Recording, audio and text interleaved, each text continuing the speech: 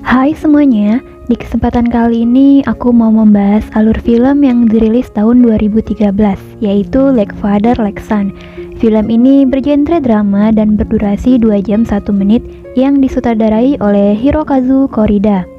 Like Father Like Son menceritakan sebuah keluarga kaya raya di Jepang yang terdiri dari sepasang suami istri dan seorang anak laki-laki berumur 6 tahun. Pada suatu ketika, mereka menerima telepon dari rumah sakit yang mengundang pasangan suami istri ini untuk mengadakan pertemuan. Namun, pertemuan ini ternyata membahas kemungkinan tertukarnya anak mereka yaitu Keita dengan anak Saiki yang bernama Ryusei. Nah, bagaimana kelanjutan dari ceritanya? Langsung aja kita masuk ke alur ceritanya.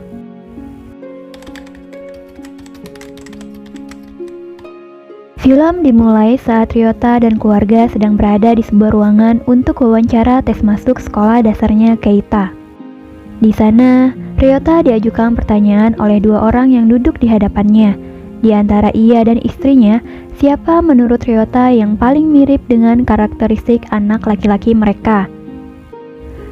Ryota menjawab, Keita mirip dengan istrinya, karena ia merasa bahwa Keita tidak memiliki sikap yang sama dengan dirinya. Oh ya, Ryota adalah seorang arsitek muda pekerja keras yang sangat sibuk dengan pekerjaannya. Karena hal itu, Ryota hanya memiliki sedikit waktu dengan keluarganya. Sedangkan istrinya, Midori merupakan seorang ibu rumah tangga biasa.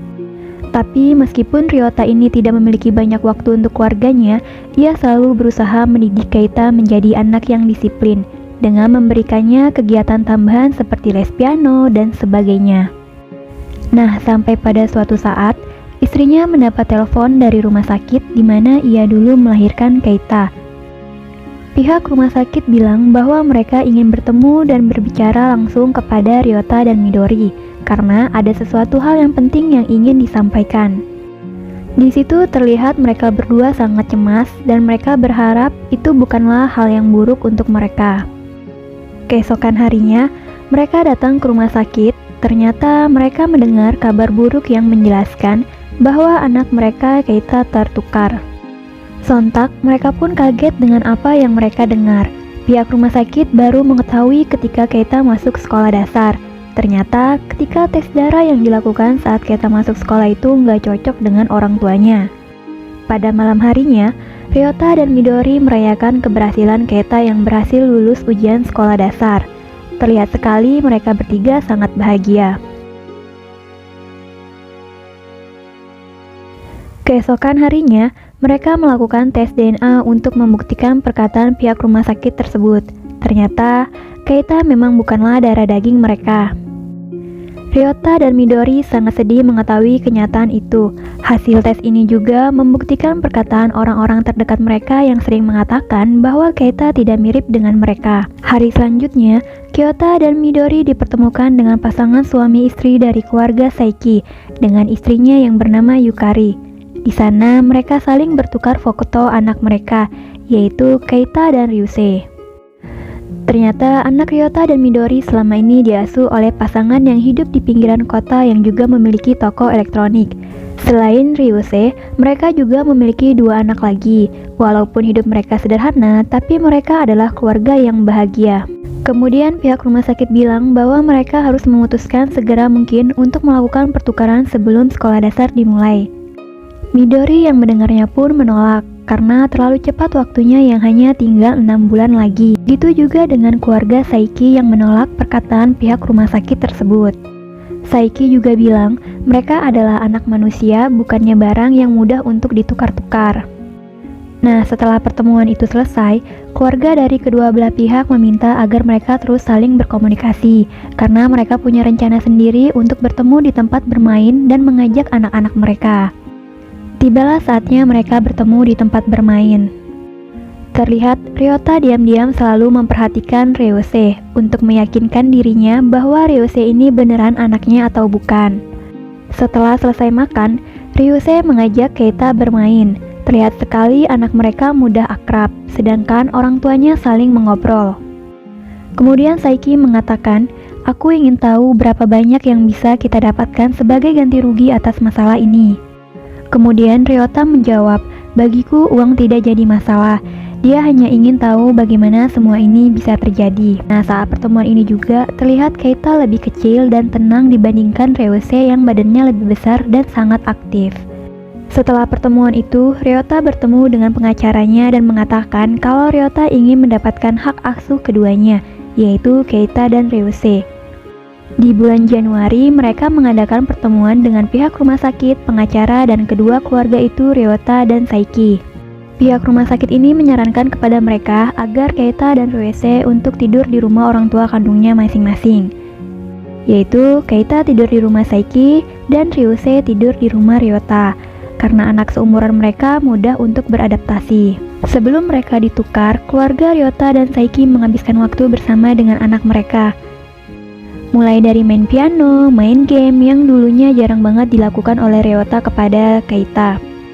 Ryota juga mengatakan kepada Keita bahwa ini adalah sebuah misi, di mana Keita harus tinggal bersama keluarga Saiki untuk membuatnya menjadi lebih kuat. Paginya, Ryota dan Midori mengantarkan Keita ke rumah Saiki.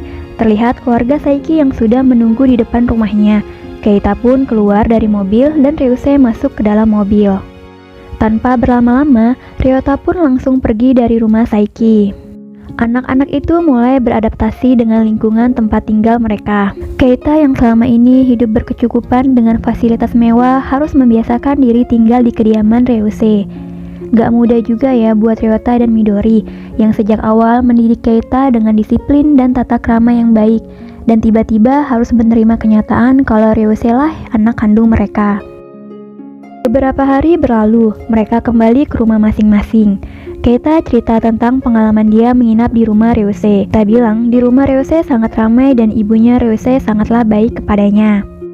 Hari-hari pun terus berlalu. Pada bulan April, mulailah Keita masuk sekolah dasar, dianterin sama Ryota, Midori, neneknya Keita, dan Saiki. Mereka semua berjalan bersama, gak lupa mereka sambil merekam momen itu. Nah, pas pulang ke sekolah, dua keluarga itu bertemu lagi di tempat bermain untuk anak-anak. Pas anak-anak lagi main, Ryota memberanikan diri untuk menawarkan bahwa Ryusei dan Keita diurus saja sama Ryota, dan hak asuh jatuh pada Ryota. Saiki yang mendengarnya sontak kaget dan ia langsung memukul kepala Ryota. Keluarga Saiki merasa Ryota menghina keluarganya, karena finansial mereka tidak seberuntung dengan Ryota. Saiki dan istrinya terlihat merasa sakit hati karena Ryota merendahkan mereka. Namun keesokan harinya mereka bertemu kembali di pengadilan. Nah, mereka bertemu untuk mendengarkan kesaksian dari Suster Miyazaki. Jadi suster ini adalah suster yang waktu itu piket saat Ryusei dan Keita lahir. Oh ya, sebelum suster itu memberi kesaksian yang sebenarnya, dia sudah disumpah untuk berkata jujur. Nah, disitulah baru ketahuan kenapa Keita dan Ryusei tertukar. Ternyata, suster Miyazaki ini sengaja menukar bukan karena keteledoran dirinya, tapi memang dia sengaja. Alasannya, karena suster ini melihat Ryota adalah keluarga kaya raya dan bahagia dengan anak yang baru lahir pada saat itu, makanya dia melakukan hal itu. Karena pada saat itu dia sedang mengalami masalah dalam membesarkan anak dari suaminya, sehingga ia melepaskan rasa frustasinya itu pada anak orang lain. Saat itu keluarga Ryota lah yang memiliki rumah paling mewah. Nah, pas ditanya alasan apa yang mendorong dia untuk mengakuinya sekarang, ternyata anak dari suaminya itu sekarang menyayangi dirinya. Dia berpikir apa yang dia lakukan di masa lalu sangatlah kejam dan dia juga ingin dihukum atas kesalahannya itu. Gak lupa juga dia minta maaf pada dua keluarga yang menjadi korbannya. Setelah mendengar kesaksian suster itu, dua keluarga ini sangat kesal. Mereka rasanya ingin menghukum suster itu seberat-beratnya. Ya, tapi mau gimana lagi, kejahatan itu udah lewat batas waktunya. Hari demi hari berlalu, pada saat bekerja Ryota tiba-tiba mendapat telepon dari ibunya. Ternyata ayahnya sakit. Ryota akhirnya pulang ke rumah orang tuanya untuk menjenguk sang ayah. Disitulah ayah Ryota membahas tentang masalah yang sedang menimpa Ryota. Ayahnya memberikan saran agar masalah itu segera diselesaikan. Ayahnya juga bilang, Keita harus segera dikembalikan sepenuhnya ke orang tua kandungnya. Ayah Ryota mengatakan kalau semakin lama seorang anak laki-laki akan semakin mirip dengan ayahnya. Mendengar perkataan ayahnya, Ryota akhirnya memutuskan untuk menukar sepenuhnya anak mereka. Apalagi setelah Keita tampil sangat mengecewakan pada lomba piano. Ia merasa memang Keita tidak mirip dengannya. Kemudian anak-anak mereka mulai dibiasakan untuk menyebut panggilan ayah dan ibu ke orang tua kandung mereka masing-masing. Terlihat Keita udah mulai akrab dengan adik-adiknya. Pas mereka kembali ke rumah masing-masing setelah menginap, Ryota menghabiskan waktu bermain di taman bersama Keita. Dia juga makan malam bersama istrinya dan Keita. Di sana, Ryota meminta Keita untuk memanggil ayah dan ibu kepada orang tuanya Ryose. Kedua keluarga ini pun akhirnya bertemu lagi di pinggir sungai. Di sana mereka saling bercerita tentang Keita dan Ryose. Minori juga bilang ke istri Saiki kalau Keita ingin memiliki adik lagi. Tapi karena Minori nggak bisa kasih adik untuk Keita karena dia nggak bisa hamil lagi, akhirnya doa Keita terjawab. Ternyata memang dia punya adik kandung meskipun dengan cara seperti itu. Setelah pertemuan itu, Ryose dan Keita mulai nginap di rumah orang tua kandung mereka. Ryose mengalami kesulitan dengan keluarga barunya. Karena Ryose anak yang aktif, ia merasa ruang geraknya sangat terbatas karena keluarga Ryota tinggal di apartemen. Ryose juga sering mengatakan ingin pulang ke rumah lamanya. Keesokan paginya, Ryose melihat Ryota sudah pergi bekerja dan Midori masih tertidur. Dia kabur ke rumah orang tua lamanya dengan menyelinap masuk ke kereta api di antara orang-orang. Midori yang bangun dari tidurnya mengetahui hal itu dan langsung menelpon suaminya. Karena mereka mengetahui kalau Ryose ke rumah Saiki, mereka pun langsung menjemputnya. Setelah kejadian itu, Ryota dan Midori mencoba menjadi lebih dekat dengan Ryose. Ryota lebih banyak meluangkan waktunya di rumah dan ikut bermain dengan Ryose dan istrinya. Mereka pun menjadi lebih akrab. Midori mulai menyayangi Ryose, tapi dia malah merasa mengkhianati Keita. Nah, pada saat Ryota sedang melihat-lihat foto Ryose di kamera, semakin ke belakang dia malah melihat foto Keita. Dan ternyata selama ini Keita diam-diam suka memfoto ayahnya saat sedang sibuk maupun saat tertidur.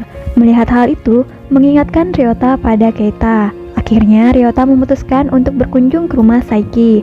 Nah, pas udah nyampe di sana, Ryose langsung memeluk Saiki, tapi Keita malah lari menjauh saat melihat Ryota. Kemudian Ryota mengejarnya dan terus membujuk Keita. Keita bilang ke Ryota nih, kalau Ryota bukan lagi ayahnya. Ryota meminta maaf pada Keita karena selama menjadi ayahnya dia belum bisa menjadi ayah yang baik.